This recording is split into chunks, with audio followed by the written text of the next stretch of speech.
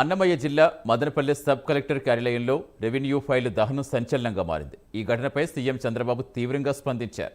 కీలకమైన ఫైళ్లు అగ్నికి ఆహుతి కావడం ప్రమాదమా లేక కుట్రపూరితమా అనే కోణంలో విచారణ జరుపుతూ ఎప్పటికప్పుడు తనకు నివేదించాలని ఉన్నతాధికారులను ఆదేశించారు. సీఎం చంద్రబాబు ఆదేశాలతో డీజీపీ ద్వారకా తిరుమలరావు ఇతర ఉన్నతాధికారులు హుటాహుటిన మదనపల్లికి చేరుకుని విచారణ చేపట్టారు.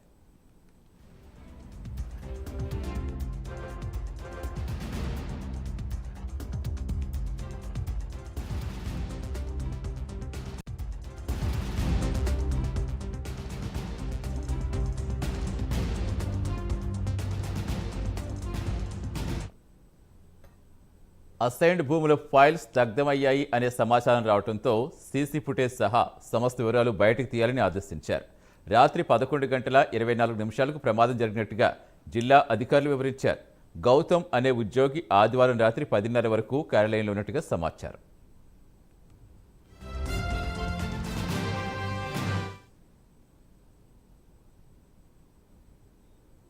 అయితే దీనిలో మాజీ మంత్రి పెద్దిరెడ్డికి దగ్గరగా పనిచేసిన కొందరు అధికారులు, రెవెన్యూ సిబ్బంది ప్రమేయం ఉన్నట్టుగా ప్రచారం సాగుతోంది.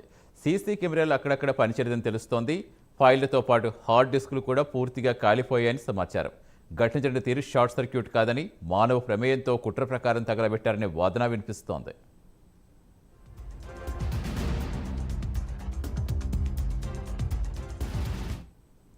ఇక ఈ ఘటనపై మంత్రి అనగాని సత్యప్రసాద్ సంచలన కామెంట్స్ చేశారు. మాజీ మంత్రి పెద్దిరెడ్డి అవినీతిని కప్పిపుచ్చేందుకే ఈ ఘటన జరిగి ఉండొచ్చని మంత్రి అనగాని ఆరోపించారు.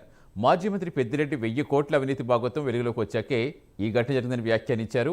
మదనపల్లి సబ్ కలెక్టర్ కార్యాలయం మొన్నటి వరకు పెద్దిరెడ్డి కంట్రోల్లో ఉందని, ల్యాండ్ కన్వర్షన్ విషయంలో స్థానిక ఎమ్మెల్యే షాజహాన్ ప్రశ్నించిన తర్వాతే సబ్ కలెక్టర్ కార్యాలయం దగ్ధం ఘటన జరిగిందన్నారు. గత ప్రభుత్వ అవినీతి కప్పిపుచ్చేలా ఉద్యోగులు సహకరిస్తే కఠిన చర్యలు తప్పవని హెచ్చరించారు.